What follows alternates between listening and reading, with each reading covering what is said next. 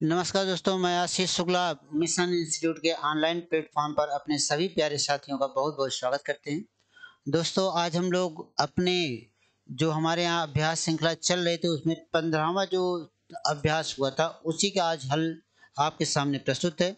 आप लोग इसका मजा लीजिएगा और थोड़ा सा अपने आंसर को भी मिलाते चलिएगा, ठीक है। तो चलते हैं हम लोग, अब आगे बढ़ते हैं। जब हम आगे बढ़ते हैं तो देखते हैं कि हमारे पास क्या आता है।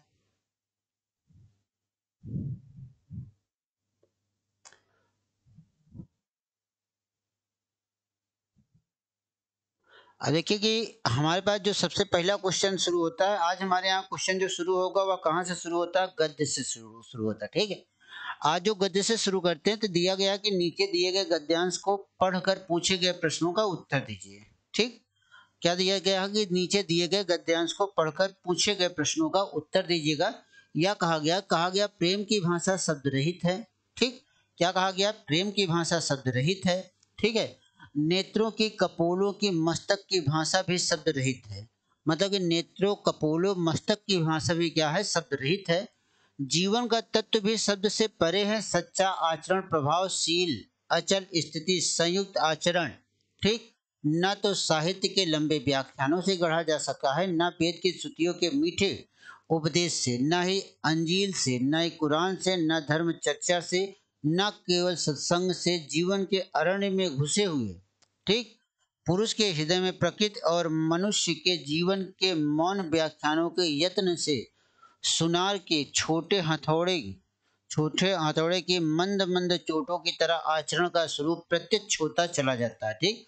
तो मित्र, इसमें देखिएगा, इसको आप गद्यांश को अच्छे से पढ़ ही लिए होंगे। अब इसको जब आप अच्छे से पढ़ लिए तो इसके बारे में हम लोग देखते हैं कि इसमें क्या है। इसमें दिया गया सबसे पहला प्रश्न दिया गया, यत्न से आशय क्या होता है, ठीक। यत्न शब्द से आशय क्या होता है? तो विकल्प में आपको दिया गया भाषण, ठीक। विकल्प में दिया गया भाषण, फिर दिया गया रत्न, फिर दिया गया प्रयास, फिर दिया गया परिश्रम, ठीक।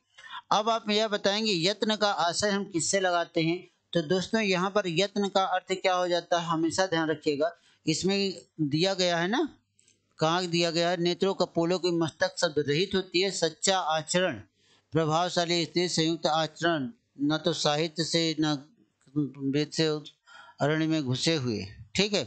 अब पुरुष के हृदय पर प्रकृति और मनुष्य के जीवन के प्रति मौन व्याख्यानों का यत्न से सुनार छोटे छोटे हथौड़े मारकर क्या करता है, न जाने किस छोटी सी चीजों का बड़ा रूप गढ़ देता है।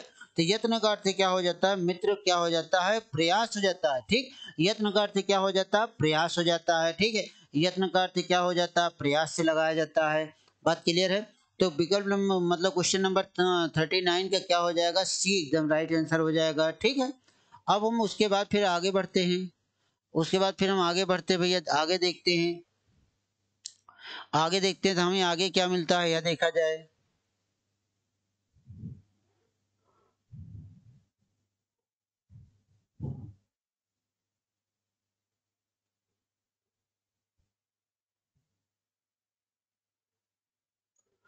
अब दूसरा क्वेश्चन देखते हैं। दूसरे क्वेश्चन में दिया गया गद्यांश में किसकी महिमा का वर्णन किया गया है, ठीक। दिया गया कि क्या क्वेश्चन नंबर 40 में क्या कहा गया है? क्वेश्चन नंबर 40 में क्या कहा गया है?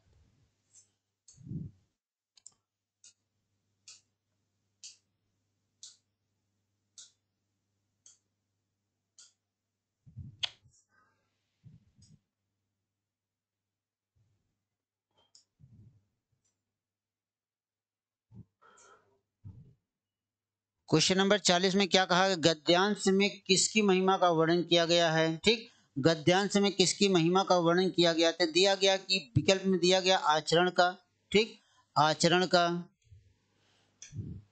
आचरण का किया गया है कि प्रेम का किया गया कि जीवन का किया गया कि भेद का किया गया, ठीक। तो आपको इसमें यह बताना है कि यह जो गद्यांश है, गद्यांश में क्या हुआ है कि गद्यांश में किसकी महिमा का वर्णन किया गया है। तो गद्यांश में आप देख रहे होंगे तो कहा गया न लंबे साहित्य व्याख्यानों से गढ़ा जा सका है, ठीक। आचरण प्रभावशाली अचल स्थिति संयुक्त आचरण, न तो साहित्य के लंबे इतिहासों से गढ़ा जा सका है, न ही वेद से। तो इसमें कुल मिलाकर किसकी बात कर रहा है? मतलब जीवन की बात कर रहा है। किसकी बात कर रहा है? जीवन की बात कर रहा है। किसकी बात कर रहा है? जीवन के मित्र बात कर रहा है, तो इसमें आचरण भी नहीं होगा, प्रेम भी नहीं होगा, वेद भी नहीं होगा। ठीक, तो इसमें क्या हो गया कि 40वें गद्यांश में किसकी महिमा का वर्णन है? जीवन का ही। ठीक, अब उसके बाद फिर हम आगे चलते हैं, देखते हैं 41 वाला क्वेश्चन। ठीक, क्वेश्चन नंबर 41 देखते हैं। तो ध्यान से देखिए, 41 में दिया गया गद्यांश का उपयुक्त शीर्षक होगा। क्या लिखा गया? गद्यांश का उपयुक्त शीर्षक क्या होगा? प्रेम की भाषा होगी, जीवन का अरण्य होगा, सच्चा आचरण होगा, या मौन व्याख्यान होगा। ठीक, सच्चा आचरण होगा या क्या होगा? मौन व्याख्यान होगा।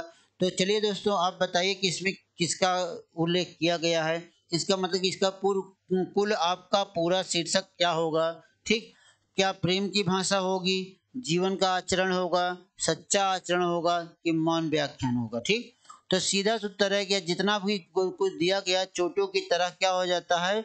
रूप प्रत्यक्ष होता है। तो यहाँ पे क्या केवल और केवल किसकी बात कही जा रही है? सच्चा आचरण की बात कही जा रही है। किसकी बात कही जा रही है? सच्चे आचरण की बात कही जा रही।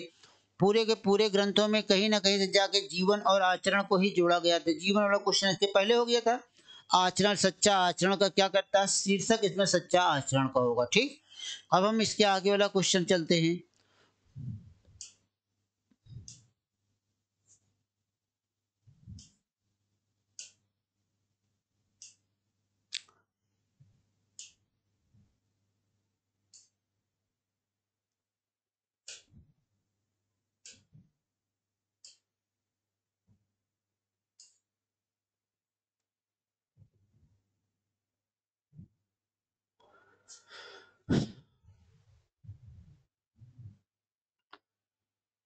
अब देखिए, इसमें 42 में दिया गया प्रेम की भाषा है।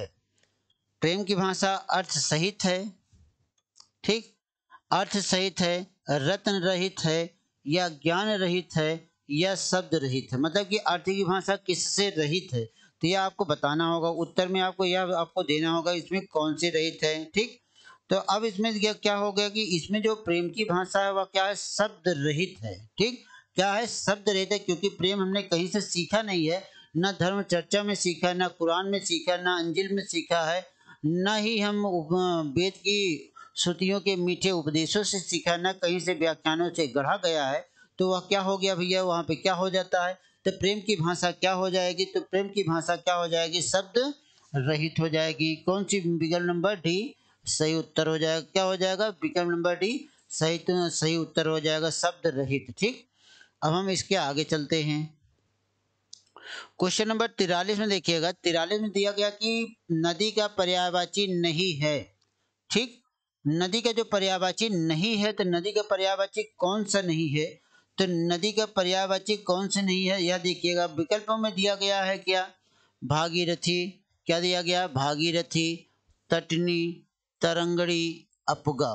ठीक, अब देखिए कि नदी का पर्यायवाची कौन सा नहीं है, यह आप बताएंगे।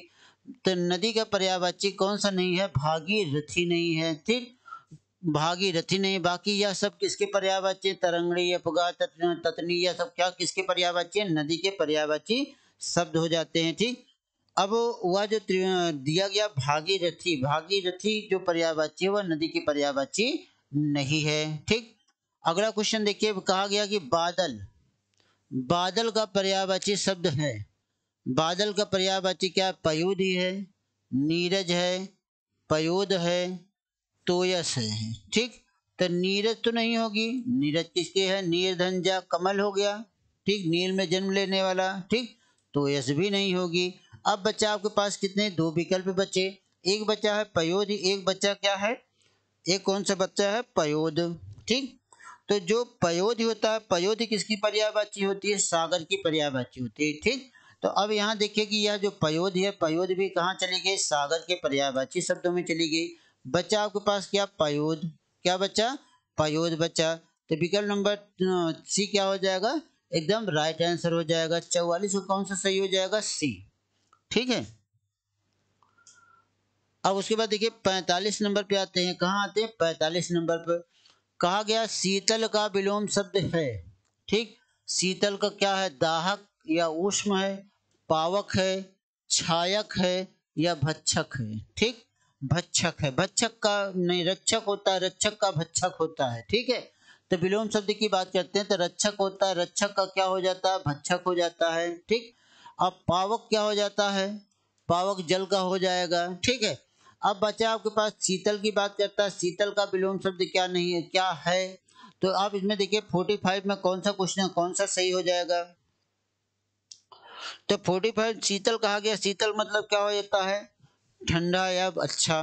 तो इसका जो विलोम शब्द क्या हो जाएगा, वह क्या हो जाएगा, दाहक हो जाएगा या उष्म हो जाएगा, ठीक। अगला क्वेश्चन आपसे क्या कहता है, कह रहा है कि शाश्वत शब्द का विपरीत विपरार्थक शब्द है, या बताइए। तो शाश्वत का क्या हो गया, अमर्त्य होगा, या क्षणभंगुर होगा, अकिंचन होगा, अविनश्वर होगा, ठीक। तो अब आप हमें मित्र यह बताएंगे इन चारों विकल्पों में से कौन सा होगा शाश्वत का विपरीत वाला शब्द अर्थात विलोम शब्द। तो चलिए फटाफट बताइए, उत्तर दीजिएगा। अमर्त होगा, क्षणभंगुर होगा, अकिंचन होगा, या अनिश्वर होगा। तो बताइए इसमें कौन सा सही हो जाएगा, ठीक। इसमें बताइए कि इसमें कौन सा सही होगा।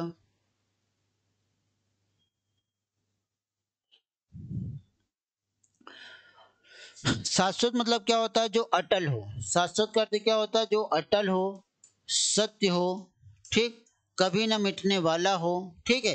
तो उसका जो कभी ना मिटने वाला होगा तो क्या हो, क्षण भंगुर हो जाए, जो कुछ समय तक हो, जो सदैव रहे, जो कुछ समय तक रहे, अर्थात विकल्प नंबर सी एकदम राइट आंसर, क्षण भंगुर हो गया। अमर्त का पर विलोम क्या हो जाएगा, मर्त्य हो जाएगा, ठीक। अकिंचन का क्या हो जाएगा, किंचन हो जाएगा, क्या हो जाएगा, किंचन लिख दिया जाएगा। और अविनश्वर को क्या हो जाएगा, अनिश्वर हो जाएगा, अनिश्वर का नश्वर हो जाता है, ठीक। अविनश्वर शब्द ही गलत है, ठीक है, शब्द ही गलत है। तो इस तरह से क्या हो गया कि अगर आपसे कहा जाए शाश्वत का विलोम शब्द क्या होगा, तो क्या हो जाएगा मित्र, क्षण भंगुर हो जाएगा। क्या हो जाएगा, क्षण भंगुर हो जाएगा, ठीक है। अब हम इसके आगे चलते हैं। क्वेश्चन नंबर 47 में दिया गया है, कहा गया है क्या, इत्यादि का सही संधि विच्छेद है। क्या है, इत्यादि का सही संधि विच्छेद है।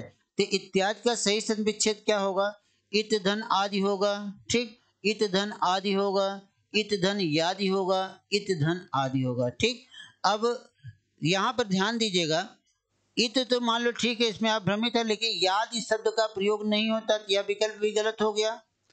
फिर यहाँ इत धन याद है, यह विकल्प गलत हो गया। बचा कितना आपके पास, दो विकल्प बचे। दो बगैर विकल्प में इत का कोई प्रयोग नहीं कहा जाता, इति कहा जाता है, इति और आदि, जिसका क्या हो, इति और आदि हो। तो अब आप यहाँ देखिए कि यह भी वाला भी विकल्प गलत हो गया, बच्चा आपके पास क्या, यह बचा, ठीक। अब यहाँ जैसे इति लिखा गया है, इति लिखा गया है, इसके साथ आदि शब्द लगा है, ठीक। क्या लगा, आदि शब्द लगा है। इत से आपको क्या मिल जाता है, छोटी ई मिल जाता है। ई का क्या बनता है, या बनता है। यहाँ बड़ा है तो यहाँ बड़े या की मात्रा लग जाएगी, शब्द क्या बन जाएगा, इत्यादि बन जाएगा, ठीक। तो यह आपको यहाँ पे दिखाई दे रहा होगा, बड़ा या है, तो यह क्या हो गया, इत्यादि बन गई। तो अर्थात इसमें संधि कौन सी हो जाएगी, गुण संधि हो जाएगी। क्या हो जाएगी, गुण संधि हो जाएगी, ठीक। सॉरी, गुण संधि नहीं होगी, इसमें कौन सी संधि हो जाएगी, यण संधि हो जाएगी। कौन सी संधि होगी, यण संधि हो जाएगी, ठीक। ई का या बन जाता है, यण संधि। उसके बाद फिर देखिए अगला क्वेश्चन दिया गया, पवित्र, पवित्र में प्रयुक्त संधि का नाम बताइए, ठीक। पवित्र में कौन सी संधि है, ठीक। अब आप इसको भी देख लीजिएगा, पवित्र कहा गया है। पवित्र जब आपसे कहा गया है तो यहाँ पे आप क्या देखेंगे, कहा जाएगा पो, और क्या लिखा जाएगा, इत्र लिखा जाएगा, ठीक। यहाँ से क्या आया है, ओ, और यहाँ पे क्या है, ई, ठीक।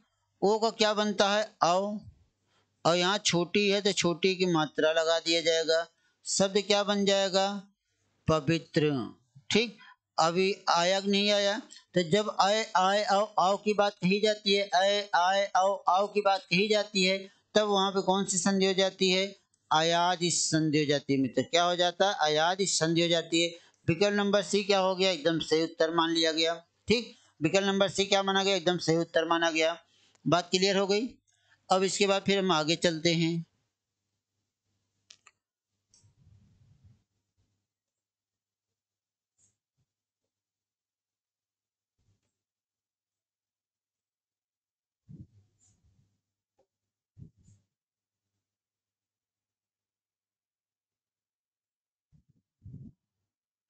अब देखिए उसके बाद फिर देखिए क्वेश्चन नंबर 49 का देखते हैं। ठीक, जब हम 49 में देखते हैं लिखा गया निरर्थक का सही संधि विच्छेद है।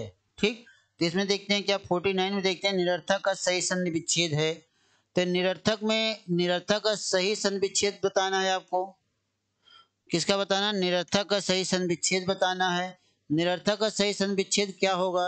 निर्धन अर्थक होगा, निराधन अर्थक होगा, कि निर्धन अर्थक होगा, कि निराधन अर्थक होगा। ठीक, इसमें से आप बताइए कि इसमें से कौन सही हो जाएगा। ठीक, यह देखिएगा कि इसमें से निर्धन अर्थक या तो गलत हो गया। ठीक, निरह होगा नहीं क्योंकि निरुपसर्ग होता है, नहीं उपसर्ग होता है। तो विकल्प नंबर क्या हो गया? सी। यह क्या हो गया? निधन अर्थक हो गया। हुआ कैसे है यह भी हम आपको बता देते हैं। जैसे निधन अर्थक लिखा जाता है, क्या लिखा गया? अर्थक लिखा गया। विसर्ग पहले जब ई या उ होगा, ठीक, विसर्ग बाद कोई स्वर होगा तो विसर्ग का परिवर्तन क्या किसके साथ हो जाएगा? रा के साथ हो जाएगा। ठीक, विसर्ग परिवर्तन किसके साथ हो जाएगा? रा के साथ हो जाएगा। तो शब्द क्या बन जाएगा? निरर्थक बन जाएगा। ठीक, क्या बन जाएगा? निरर्थक बन जाएगा। ठीक है, तो विकल्प नंबर सी एकदम राइट आंसर हो गया। सही उत्तर मान लिया, सही उत्तर है। ठीक है, अब अगला जो क्वेश्चन दिया जाता है, कहा गया निम्नलिखित शब्दों में स्त्रीलिंग का चयन करिए। तो मित्र एक बार हम फिर से आपको बता दे रहे हैं कि जब भी लिंग चयन करने की बात आएगी तो लिंग शब्द के अंत में या लिंग शब्द को किससे जोड़ना है? आपको क्रिया से जोड़ देना है। ठीक, जो शब्द रहेगा शब्द को किससे जोड़ देना है? शब्द को क्रिया से जोड़ देना है। ठीक, क्रिया से जोड़ना है। ठीक, किससे? शब्द को क्रिया से जोड़ देना है। शब्द को क्रिया से जोड़ देने पे क्या बन जाएगा? आपको वहां से लिंग की प्राप्ति हो जाएगी। ठीक है, जैसे कहा जाए काव्य, पुराण, पोथी और ग्रंथ, यह इतनी चीज कहा गया ना। अब आप देखिए काव्य लिखा जाता है या लिखी जाती है, तो हमेशा ध्यान रखिए काव्य क्या होता है? लिखा जाता है। ठीक, पोथी लिखी जाती है कि लिखा जाता है? पोथी लिखी जाती है। पुराण पढ़ा जाता है, पढ़ी जाती है, पढ़ा जाता है। ठीक, ग्रंथ पढ़ा जाता है, पढ़ी जाती है, पढ़ा जाता है। तो देखिए इसमें क्या कहा गया है? स्त्रीलिंग का चयन करना है। तो पोथी हमेशा क्या होती है? पढ़ी जाती है, खोली जाती है, देखी जाती है। ठीक, पोथी पत्र की बात होती है ना। तो यहाँ पिकअप नंबर बी एकदम राइट आंसर हो जाएगा। हमने आपको यहाँ पे यह भी बताया कि हमेशा जो भी शब्द आएगा शब्द को आप किससे जोड़ देंगे? क्रिया से जोड़ दीजिएगा तो तुरंत आपको क्या मिल जाएगा? लिंग की पहचान मिल जाएगी। ठीक है,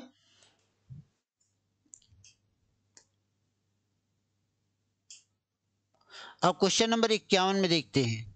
क्वेश्चन नंबर 51 कह रहा है कि निम्नलिखित शब्दों में से पुल्लिंग शब्द का चयन कीजिए। फिर से वही क्या करना है? क्रिया से जोड़ दीजिएगा। शब्द को किससे जोड़ना है भैया? फिर से देख लीजिए, शब्द को क्रिया से जोड़ दीजिएगा। किससे जोड़ेंगे?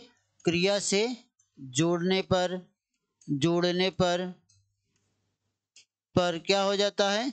लिंग की पहचान हो जाती है, लिंग की पहचान होती है। ठीक, यह आप ठीक एकदम अपने दिमाग में रख लीजिएगा। ठीक, शब्द को किससे जोड़ेंगे आप?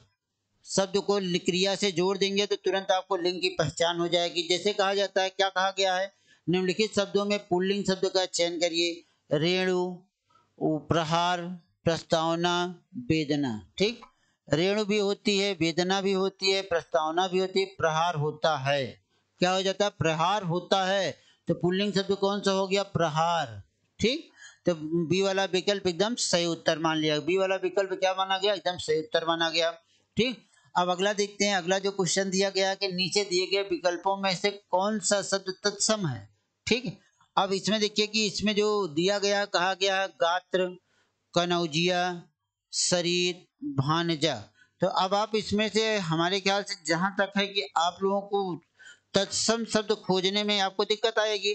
इसलिए दिक्कत आए क्योंकि गात्र शब्द नहीं होता, यह गोत्र शब्द होता है। ठीक, गोत्र होता है, गोत्र होता है, शरीर होती है, कनौजिया होती है, भानजा होता है। तो यह भी क्या नहीं है? यह भी नहीं है, यह भी नहीं है। विकल्प नंबर एकदम सही होगा, लेकिन तब सही होगा जब इसे आप गोत्र कर लेंगे। ठीक, इसे आप क्या कहेंगे? गोत्र कहेंगे। गोत्र जब कहेंगे तो क्या हो जाएगा?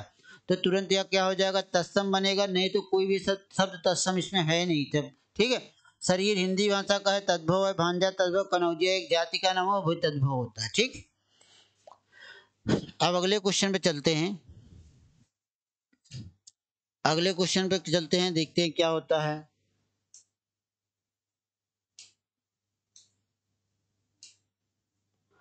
अब देखिए क्वेश्चन नंबर 53 पे आते हैं। कहाँ आते हैं? 53 पर आते हैं। दिया गया नीचे दिए गए विकल्पों में कौन सा शब्द तद्भव है? ठीक, तद्भव की बात कर रहा है। कुक्कुर दिया गया है, पुस्तक दिया गया है, जेठ दिया गया है और गोत्र भी दिया है। यहाँ भी गात्री का गोत्र हो जाएगा। ठीक, अब आप इसमें से देखिए कौन सा तत्सम। कुक्कुर मतलब क्या होता है? कुक्कुर मतलब कुत्ता की बात करता है। ठीक, पुस्तक पुस्तका हो जाता है। ठीक है, अब जेठ लिखा गया है। क्या लिखा गया? जेठ। और यहाँ गोत्र, गोत्र भी तत्सम हो जाता है। बच्चा आपके पास क्या? जेठ। ज्येष्ठ को क्या कहा? ज्येष्ठ कहा जाता है। क्या कहा जाता है?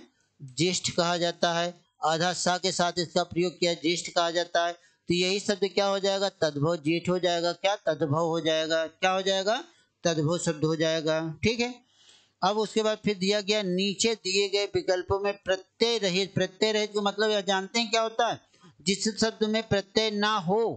ठीक, मतलब प्रत्यय रहित का अर्थ क्या होता है? प्रत्यय, प्रत्यय ना हो। ठीक, प्रत्यय ना हो तो वह क्या? प्रत्यय रहित हो जाएगा।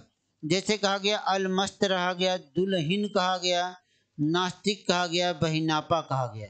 ठीक, तो आप हमें यह बताएंगे कि इसमें कौन सा सही हो जाएगा। आप चलिए फटाफट बताइए क्वेश्चन नंबर 54। ठीक,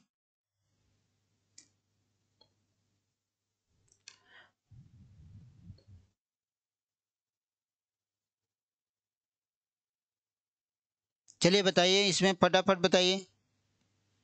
मतलब इसमें प्रत्यय, क्या प्रत्यय है जिसमें प्रत्यय ना हो? तो प्रत्यय ना हो तो प्रत्यय ना हो मतलब और कोई भी लग सकता है। यह भी आप ध्यान रखिए, कुछ भी लग सकता है।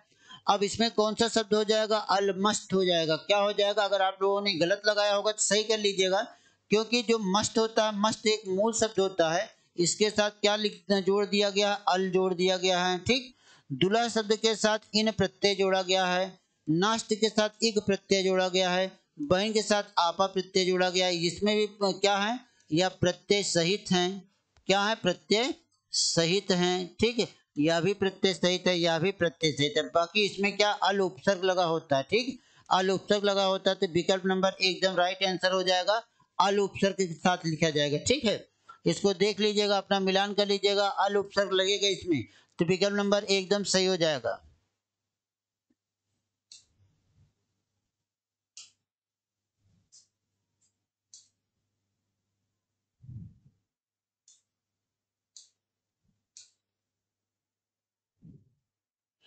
क्या हो जाएगा? क्लियर है?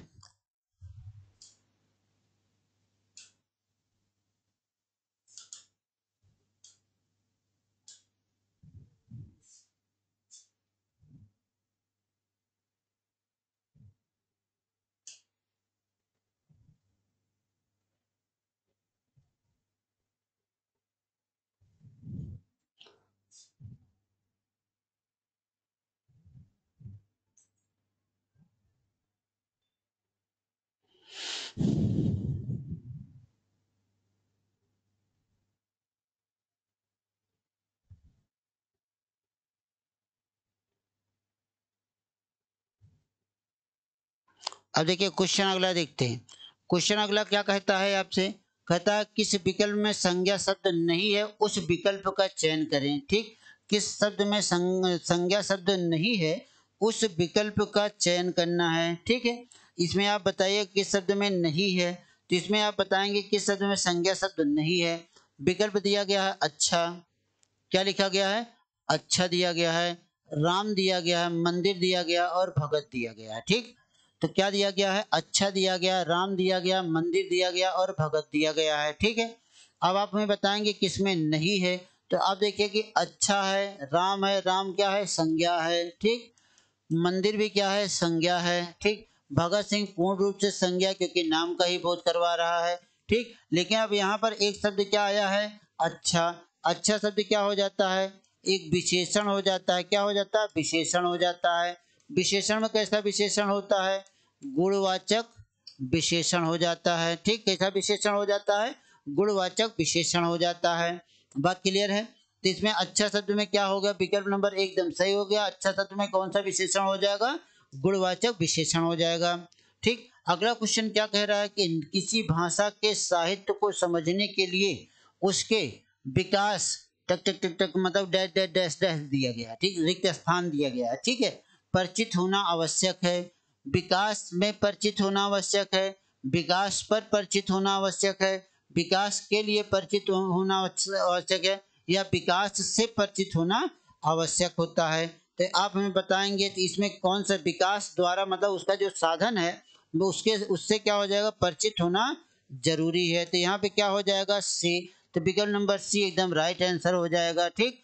अब मित्र यह ध्यान रखिए, जब भी रिक्त स्थान की पूर्ति करना हो आपको, तो आप हमेशा ध्यान रखिएगा कि रिक्त स्थान की पूर्ति करने के लिए आप पहले वाक्य को पढ़िएगा, जहां रिक्त स्थान रहे वहीं पर चारों विकल्प ले जाकर रख दीजिएगा। हमने भी कहा कि ना हिंदी भाषा के साहित्य को समझने के लिए उसके विकास में परिचित होना, विकास के अंदर उसके परिचित तो होंगे नहीं, यह विकल्प गलत हो गया। अब फिर कहा गया कि विकास उसके विकास में हो गया, विकास पर परिचित होना, यह गलत हो गया, ठीक। विकास के लिए परिचित होना, विकास के लिए होना ही नहीं है, तो यह भी गलत हो गया। विकास से परिचित होना है, ठीक, तो उसमें क्या कहा गया, विकास से परिचित होना है, तो यहाँ पर किसका प्रयोग कर दिया गया, से का प्रयोग कर दिया गया। बात क्लियर हो गई यहाँ तक। अब हम इसके आगे वाले क्वेश्चन पे चलते हैं, क्वेश्चन नंबर 58, ठीक। अब देखिए 59 में आ गया, एक व्यक्ति द्वारा चाकू दिखाने पर बाजार धक धक धक धक कर दिया गया, मतलब डैश डैश डैश कर दिया गया है, ठीक यार।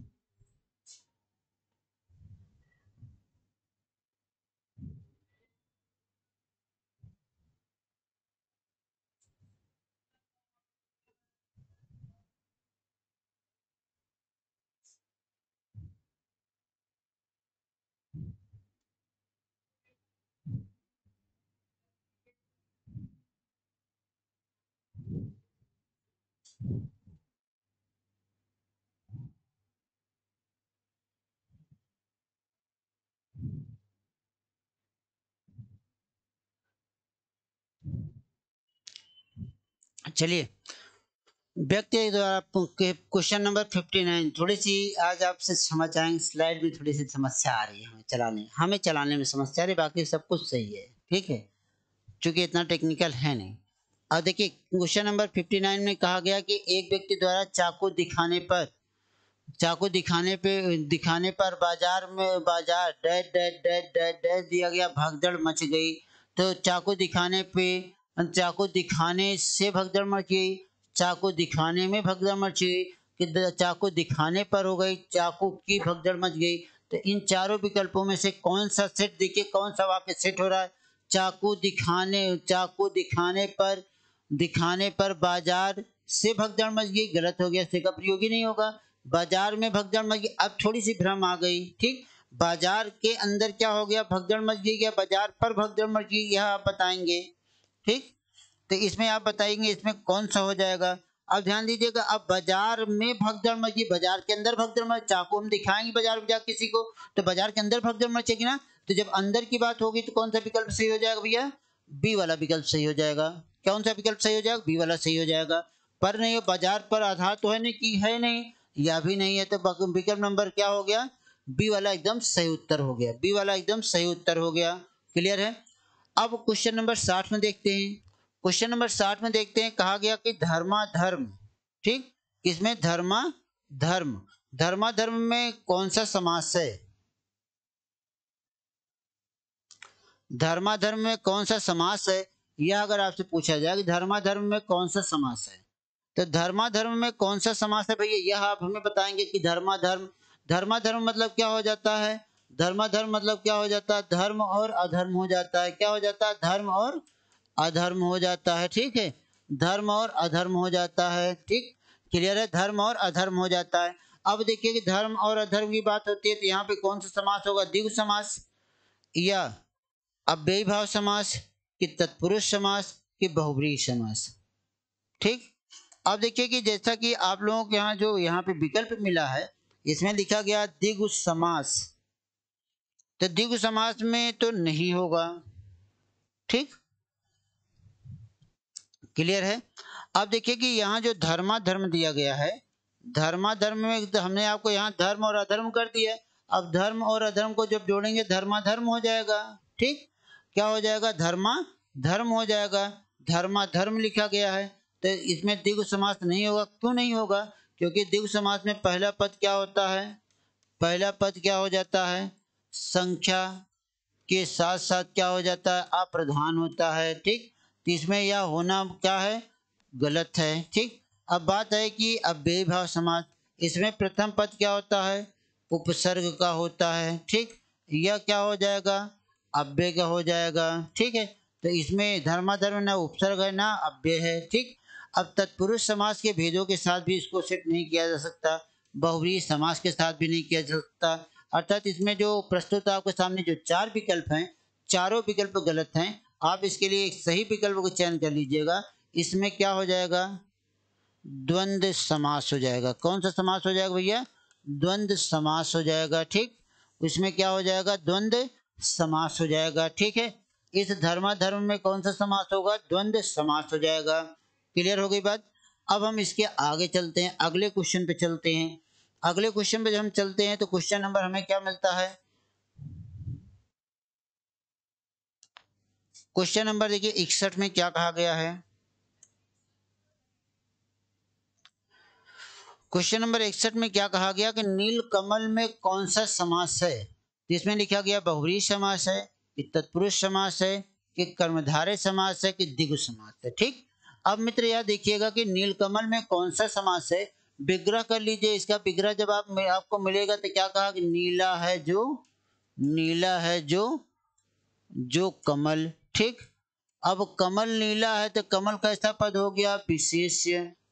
ठीक, कैसा पद हो गया, विशेष। नीला क्या हो गया भैया, विशेषण हो गया। अर्थात पद में क्या पाया जा रहा है, विशेषण और विशेष का संबंध पाया जा रहा है। क्या पाया जा रहा है, विशेषण और विशेष का संबंध पाया जा रहा है। तो जहाँ विशेषण और विशेष का संबंध पाया जाता है मित्र, वहां पे कौन सा समास हो जाता है, कर्मधारय समास हो जाएगा। क्या हो जाएगा, कर्मधारय समास हो जाएगा।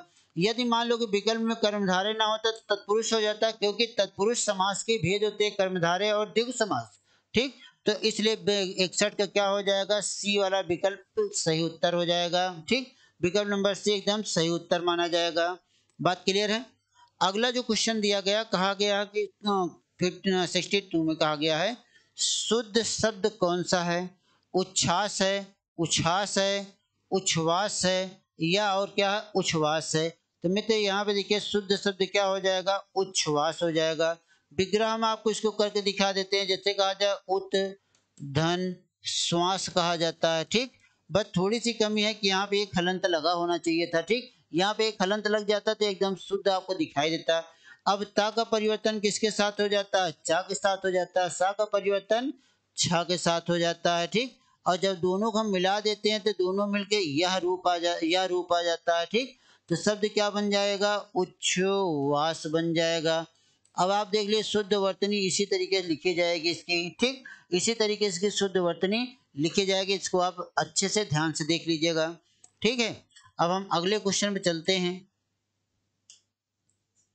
अब अगले क्वेश्चन पे हम चलते हैं तो अगला क्वेश्चन हमारे पास क्या हो जाता है, यह देखिएगा शुद्ध वाक्य है। क्या लिखा गया, शुद्ध वाक्य है। ठीक है, अब शुद्ध वाक्य कौन सा है, यह देखिएगा। कहा गया कि वह असली गाय का दूध है। ठीक, वह क्या है, असली गाय का दूध है। ये असली गाय का दूध है, यह गाय का असली दूध है, यह गाय का असली दूध है। इसमें चार विकल्प दिया गया, इसमें चार विकल्पों में आप बताइए कि इसमें से कौन सा सही है। ठीक, अब देखिए यहाँ पे क्या कहा गया, यह असली गाय का दूध है। ठीक, असली गाय का दूध है, ये असली गाय का दूध है, यह दूध गलत हो गया, क्योंकि असली गाय का दूध है। गाय का दूध है, दूध असली होता है कि गाय का असली दूध होता है। ठीक, अब यहाँ यह गाय का असली दूध है। ठीक, दूध असली होगा, दूध प्योर होता है, गाय प्योर नहीं होती, जानवर प्योर नहीं होता, वो अपनी जात पर ही होते हैं। ठीक है, अब यह भी विकल्प गलत हो गया, विकल्प नंबर सी वाला एकदम सही हो गया, क्योंकि यहाँ पे क्या गया, असली दूध। ठीक, और यहाँ जो असली शब्द का प्रभाव जा रहा है गाय पे जा रहा है, गाय पे जा रहा है, इसलिए गलत हो गया। ठीक, यहाँ यह और ये से भी गलत हो गया, यह गाय के असली दूध है, यहाँ के की वजह से गलत हो गया वाक्य। तो इसमें कौन सा सही हो गया, सी वाला विकल्प सही हो गया। ठीक, क्लियर है। अब हम आगे चलते हैं। अगला जो वाक्य हमारे पास आया है वह कहा गया कि वाक्य के त्रुटिपूर्ण भाग का चयन कीजिए। ठीक, अब त्रुटिपूर्ण भाग मतलब किस वाक्य में क्या है, त्रुटि है, इस भाग का चयन करना है और आपको बताना कि इसमें कौन सा सही है। वाक्य पढ़ो भैया, वाक्य पढ़िए आप। यह निर्भरता सत्य है कि बालकों की मानसिक शक्तियां स्त्री के स्नेह की छाया में जितनी विकसित हो सकती हैं उतनी किसी अन्य अन्य उपाय से नहीं। ठीक, अब यहाँ पर इसमें कोई त्रुटि नहीं है। अब आप देखिए कि इसमें कहा गया यह निर्भरता सत्य है, ठीक, कि बालकों की मानसिक शक्तियां स्त्री के स्नेह की छाया में, स्त्री मतलब माँ के स्नेह की छाया में जितनी विकसित हो सकती है उतनी किसी अन्य उपाय से नहीं। यहाँ अन्य किसी अन्य उपाय की बात कौन सी होती है भैया, अन्य उपाय, अन्य उपाय की बात ही नहीं। अन्य उपाय कौन करेंगे, अरे भाई माँ नहीं पालेगी पिता पालेगा, पिता से उतनी शक्ति का विकास होगा नहीं। ठीक, जितनी की माँ से हो जाएगा। तो इसमें क्या हो गया, विकल्प नंबर सी, विकल्प नंबर सी एकदम गलत। अन्य उपाय शब्द गलत, इसी की वजह से पूरा का पूरा हो गया। उतनी किसी से नहीं हो सकती या कह दिया जाता तब सही हो जाता। अन्य उपाय क्या करेंगे, कोनो ट्रैक्टर टाली खरीद के लाएंगे उसके लिए रख देंगे क्या, कोई अन्य उपाय नहीं होता। तो इसमें क्या हो गया, यही वाला सही हो गया। ठीक, विकल्प नंबर सी एकदम राइट आंसर हो गया। ठीक, बात क्लियर हो रही है हमारी आपकी। अब इसके बाद फिर 18 सॉरी इसके बाद फिर अगला क्वेश्चन देखते हैं। अगला क्वेश्चन क्या हो जाता है, अगला क्वेश्चन क्या कहा है, जिस जमीन में पैदा करने की शक्ति ना हो, जिस जमीन में पैदा करने की शक्ति ना हो उसे क्या कहते हैं। तो अब आप देखिए कि उसे अनवरी कहते हैं, अनवरा कहते हैं, अनुवर कहते हैं, अनुर्वरा कहते हैं। ठीक, अब यहाँ पे क्या हो गया, अब आप इनकी आपके यहाँ चार विकल्प दिया गया है, चार विकल्प दिया गया, चारों विकल्पों में अनवरी कोई शब्द ही नहीं होता। ठीक, अनवरी कोई शब्द ही नहीं होता, अनवरा कुछ होता नहीं, अनुवर होता नहीं, बचा क्या अनुर्वरा। ठीक, अनुर्वरा से क्या हो जाएगा, जिस जमीन में पैदा करने की शक्ति न हो। ठीक, तो उसे अनुर्वरा कहते हैं। जिस जमीन में कुछ उपजाया नहीं जा सकता उसे क्या कहते हैं, उसे ऊसर कहते हैं, ऊसर। ठीक, क्लियर हो गई बात। अब यहाँ अगला क्वेश्चन देखिएगा, कहा गया जो धन दुरुपयोग करता हो के लिए एक शब्द क्या हो गया, अपव्ययी हो जाता है, मित व्ययी हो जाता है, अतिप हो जाता है, अधित्य का हो जाता है। ठीक, अब आप इसमें बताइए कि इसमें कौन सा हो जाएगा। ठीक है, जो धन दुरुपयोग करता हो। ठीक है, अब देखिए कि अपव्ययी मतलब कि कम खर्चा करता हो, मित व्ययी मतलब बहुत कंजूस हो। ठीक, आदित्य का मतलब क्या हो जाता है, पहाड़ों वाली बीच वाली जगह हो जाती है। अतृप्त क्या हो जाएगा, जो मनुष्य धन कम दुरुपयोग करता हो उसके लिए क्या हो जाएगा, एक वाक्य के लिए सही वाक्य माना जाएगा अतृप्त। ठीक, अतृप्त हो जाएगा। ठीक, 66 का क्या हो गया, सी राइट आंसर हो गया। ठीक है, अब उसके बाद फिर अगला क्वेश्चन चलते हैं, अगला क्वेश्चन पे चलते हैं। अगले क्वेश्चन 19 नंबर पे आते हैं। ठीक है, अब देखिए कि इसमें कहा गया, क्वेश्चन नंबर 67 में कहा गया कि आधा तीतर आधा बटेर होने का अर्थ होगा। आधा तीतर आधा बटेर होने का अर्थ क्या होगा भैया, यह आप हमें बताएंगे। उचित सामंजस्य का अभाव होना, छोटा बड़ा होना, बेमेल तथा बेढंगा होना, बिरंगा होना। तो आधा तीतर आधा बटेर का मतलब क्या हो जाएगा, तो आधा तीतर आधा बटेर मतलब आधा इधर का आधा उधर का हो गया, तो वह क्या हो गया, बेमेल एवं बेढंगा हो गया। अब देखिए मित्र, इसमें अब कौन चीज की क्या व्याख्या करें, सीधा तो इसका उत्तर ढूंढना होता है लोकोक्ति मुहावरे कहावतों का। ठीक है, अब देखिए आधा तीतर आधा बटेर का अर्थ क्या हो जाता है, बेमेल और बेढंगा होना। विकल्प नंबर सी एकदम राइट आंसर हो गया। ठीक, 68 में क्या कह रहा है आपसे, 68 में कह रहा है कि मुहावरे का अर्थ स्पष्ट कीजिए। मंत्र फूकना, ठीक, वशीकरण करना, प्रभाव दिखाना, क्रोध शांत करना, बहका देना। ठीक, अब आप देखिए मंत्र फूंक दिए मतलब कि क्या हो जाता है, मंत्र फूकने का मतलब क्या हो जाता है, मंत्र फूकना मतलब अपने बस में कर लेना, अपने अपने अनुसार किसी को चलाना। ठीक है, तो उसका क्या हो जाएगा, मंत्र फूकना मतलब क्या हो जाएगा, वशीकरण करना, या बहकाव देना भी हो सकता है, लेकिन जब वशीकरण ना होता तब। ठीक, वशीकरण होना, ठीक है। बाकी यह भी गलत और यह भी गलत हो गया, ठीक है, तीनों गलत हो गए। उसके बाद फिर अगला क्वेश्चन देखते हैं। अगले क्वेश्चन में क्या कहा गया है? कहा गया कि मुहावरे का उचित विकल्प चुने। बालू की भीति, क्या लिखा गया है? बालू की भीति। बालू की भीति का अर्थ क्या हो जाता है? निस्सार वस्तु, रेगिस्तानी इलाका, शीघ्र नष्ट होने वाली वस्तु, इनमें से कोई नहीं, ठीक, इनमें से कोई नहीं। क्लियर है? अब आप बताइए कि इसमें से क्या हो जाएगा, इसमें से क्या हो जाएगा, बताइए, फटाफट बताइए। अब आप मुहावरे का अर्थ बालू की भीति, बालू की मतलब भीति मतलब क्या हो जाता है? अब आप यह याद करिए, बालू की भीति का मतलब क्या हो जाता है कि जहाँ पे बालू की ढेर हो जाए जो शीघ्र नष्ट हो जाती है, ठीक है। अब बालू भीति मतलब क्या हो जाता है? इसमें देखिए कि निस्सार वस्तु नहीं, रेगिस्तानी इलाका नहीं, बालू का जहाँ पे ढेर लगा भीति कहा जाता है, तो जिसे शीघ्र नष्ट होने वाली वस्तु कहा जाता है, ठीक। तनिक पानी बरसा बह गई तितिर बितिर हो गई, ठीक है। तो शीघ्र नष्ट होने वाली वस्तु क्या हो जाएगी? बालू की भीत कहलाएगी। अगला कहा गया कि रघुपति राघव राजा राम, पतित पावन सीताराम, ईश्वर अल्लाह तेरो नाम, सबको सम्मति दे भगवान। उपयुक्त पंक्ति में किस रस की अनुभूति हो रही है? बताओ भैया, किस रस की अनुभूति हो रही? इतना बढ़िया हम भी गाए और आप भी आपको सुनाए, तो इसमें किस रस की अनुभूति हो रही है? तो ध्यान रखिएगा, जब कहा गया ईश्वर अल्लाह तेरो नाम, पतित अवन सीताराम, यह जो पंक्ति लिखी गई मित्र, ध्यान दीजिएगा, यह जो पंक्ति लिखी गई है पूरी तरह से क्या हो गया? भगवत भक्ति में लीन हो गई है, ठीक है। अब यहाँ देखिए विकल्प में दिया गया आपको शांत रस, श्रृंगार रस, भक्ति रस और विभस रस। श्रृंगार है नहीं, विभस है नहीं, भ्रांत है नहीं, बच्चा क्या? भक्ति रस बच्चा। दूसरी खास बात आप ध्यान रखिएगा, इस पंक्ति को लिखने वाले कौन थे? एक आचार्य थे जिनका नाम क्या था? लक्ष्मणाचार्य, लक्ष्मणाचार्य नाम था, ठीक।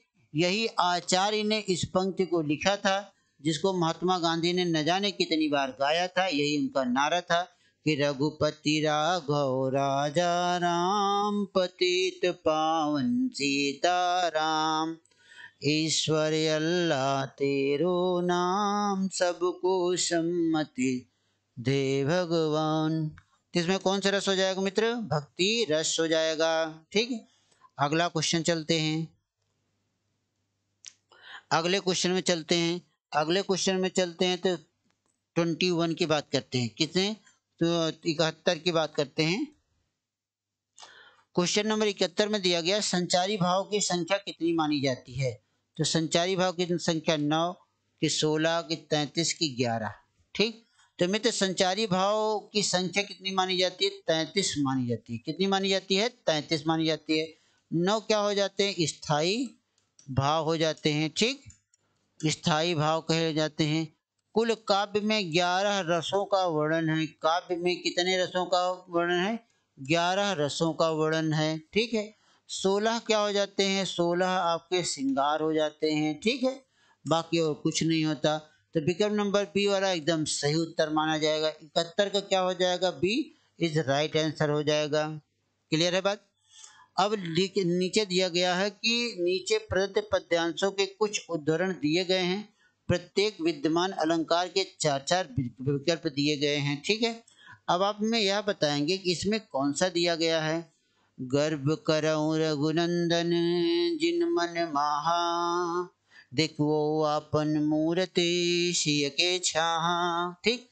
कहा गया गर्व करो रघुनंदन, जिन मन माहा, देखिए आपन मूरत सिय के छाहा। इस पंक्ति में कौन सा अलंकार है? ठीक, व्यतिरेक अलंकार है कि प्रतीत अलंकार है कि रूपक अलंकार है कि अतिशयोक्ति अलंकार है?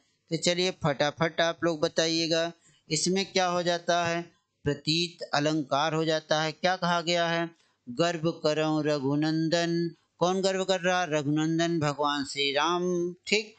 जिन मन माहा, अपने मन ही मन में क्या कर रहे हैं? गर्व कर रहे हैं। कौन कर रहा है?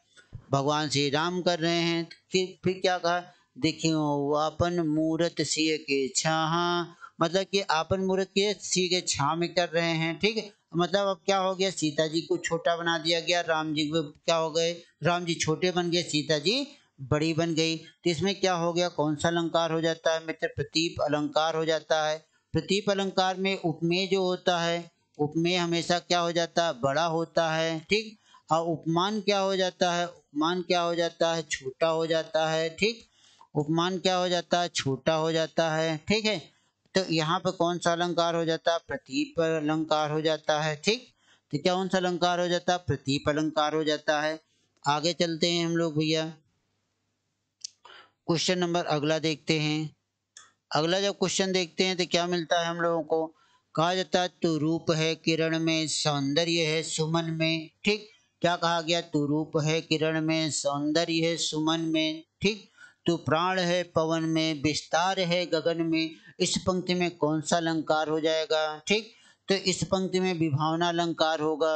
ठीक, कौन सा अलंकार होगा, विभावना अलंकार होगा, विभावना होगा, या रूपक होगा, यथा संख्य अलंकार होगा, या उल्लेख अलंकार हो जाएगा। ठीक है, अब आप हमें यह बताएं कि इसमें कौन सा अलंकार हो जाएगा।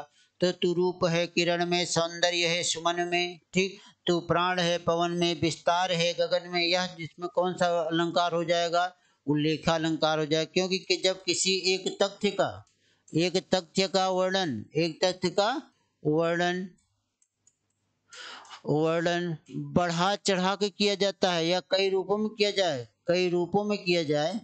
रूपों में किया जाए, तो वहां पे कौन सा हो जाता है, उल्लेख अलंकार हो जाता है। ठीक, कौन सा अलंकार हो जाता है, उल्लेख अलंकार हो जाता है। ठीक है, अब अगला जो क्वेश्चन दिया गया है बहुत मजेदार, बहुत ही अच्छा, बहुत सुप्रसिद्ध, बड़ा ही सुप्रसिद्ध है। कहा गया है, क्या कहा गया, बुंदेलो हर मुँह से हमने सुनी कहानी थी, खूब लड़ी मर्दानी हुआ तो झांसी वाली रानी थी।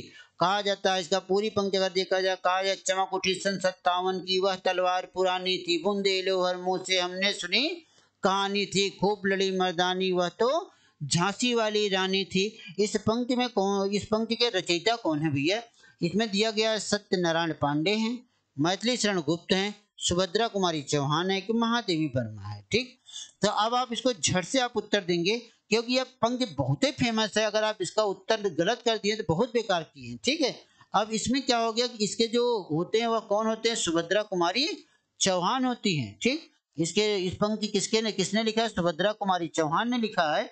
उन्होंने ही लिखा था कि रानी लक्ष्मीबाई ने। ठीक, रानी लक्ष्मीबाई की कहानी पर लिखा था कि चमक उठी सन 57 की, वह तलवार पुरानी थी, बुंदेलो हर मुँह से हमने सुनी कहानी थी, खूब लड़ी मर्दानी हुआ तो झांसी वाली रानी थी। ये सुभद्रा कुमारी चौहान की रचना है। ठीक, पंक्ति है भैया, रचना का पंक्ति है। ठीक है, अब इसके बाद अंतिम क्वेश्चन हम लेके आते हैं आपके पास। अंतिम वाला जो क्वेश्चन होता है हमारे पास वो क्या होता है, यह भी आपको देख लीजिएगा। कहा गया प्रथम सूफी प्रेमाख्यान काव्य के रचयिता कौन है। ठीक, प्रथम सूफी प्रेमाख्यान काव्य के रचयिता कौन है, इस बात पर बड़ा विवाद है, या ध्यान रखिएगा। ठीक है, इस बात पर बहुत विवाद है, लेकिन हमारे यहाँ जो माने जाते हैं कि प्रथम प्रेमाख्यान काव्य के रचयिता, तो देखिए इसमें सब प्रेमाख्यान काव्य, नूर मोहम्मद भी हैं, जायसी हैं, मुल्ला दाऊद हैं, कुतुबन है। ठीक, अब देखिए मित्र, यहाँ पे सबसे पहले कौन आता है, मुल्ला दाऊद। अगर प्रथम सूफी काव्य के रचयिता कौन होते हैं, मुल्ला दाऊद होते हैं। अब मुल्ला दाऊद के बाद फिर कौन, कुतुबन आते, कुतुबन के बाद नूर मोहम्मद आते, अंतिम में कौन आया था, जायसी आए थे, जो सबसे ज्यादा फेमस हुए थे। और जायसी जी जो थे वो एक आंख के काने थे, इनका जन्म रायबरेली में हुआ था, लेकिन इन्होंने सारी रचनाएं कहाँ की थी, सुल्तानपुर में किया था। ठीक है, सुल्तानपुर अमेठी में किया था, इसे जान लिया अमेठी में हो गया। ठीक है, तो इसमें कौन 75 का क्या हो जाएगा, सी वाला मुल्ला दाऊद है प्रथम प्रेमाख्यान। प्रेमाख्यान में या जायसी या सूफी, इन्हें सूफी संत भी कहा जाता है। ठीक, लिखा भी गया सूफी संत। इनकी भाषा कैसी थी, इनकी भाषा मसनबी शैली थी। कैसी शैली थी, मसनबी शैली से प्रेरित थी। ठीक है, यह कथन यह किसने माना था, आचार्य रामचंद्र शुक्ल ने कहा था। किसने कहा था, आचार्य रामचंद्र शुक्ल ने कहा था। ठीक है, इस चीज को आप लोग याद रखिएगा। ठीक, इस बात को आप लोग एकदम अपने दिमाग में कंठस्थ करके रखिएगा। क्लियर है यहाँ तक की बातें, कोई दिक्कत है नहीं है। तो चलिए मित्र, इसी के साथ आज की अब हमारी श्रृंखला जो होती है वह समाप्त होती है। पुनः इसके बाद फिर हम कल फिर अपने अगले टेस्ट सीरीज के साथ आएंगे आप लोगों के बीच में। जहाँ पर कोई आपको दिक्कत आएगी तो आप लोग आपके कमेंट बॉक्स में कमेंट जरूर करिएगा, ठीक है। चलिए दोस्तों, सभी मैं आशा करता हूँ कि सभी लोग स्वस्थ होंगे, अच्छे होंगे, मस्त होंगे। और आप लोग अच्छे से रहिएगा, बिना किसी तनाव के एग्जाम की तैयारी करिएगा। और तैयारी करिएगा, जहाँ पे कोई दिक्कत आती है आप लोग कमेंट बॉक्स में जाकर कमेंट करिएगा, ठीक। तो सारी समस्याओं का निराकरण आपको मिशन इंस्टीट्यूट की तरफ से मिलेगा, ठीक। तो चलिए दोस्तों, आप सभी भाइयों को राम राम, जय हिंद, जय भारत।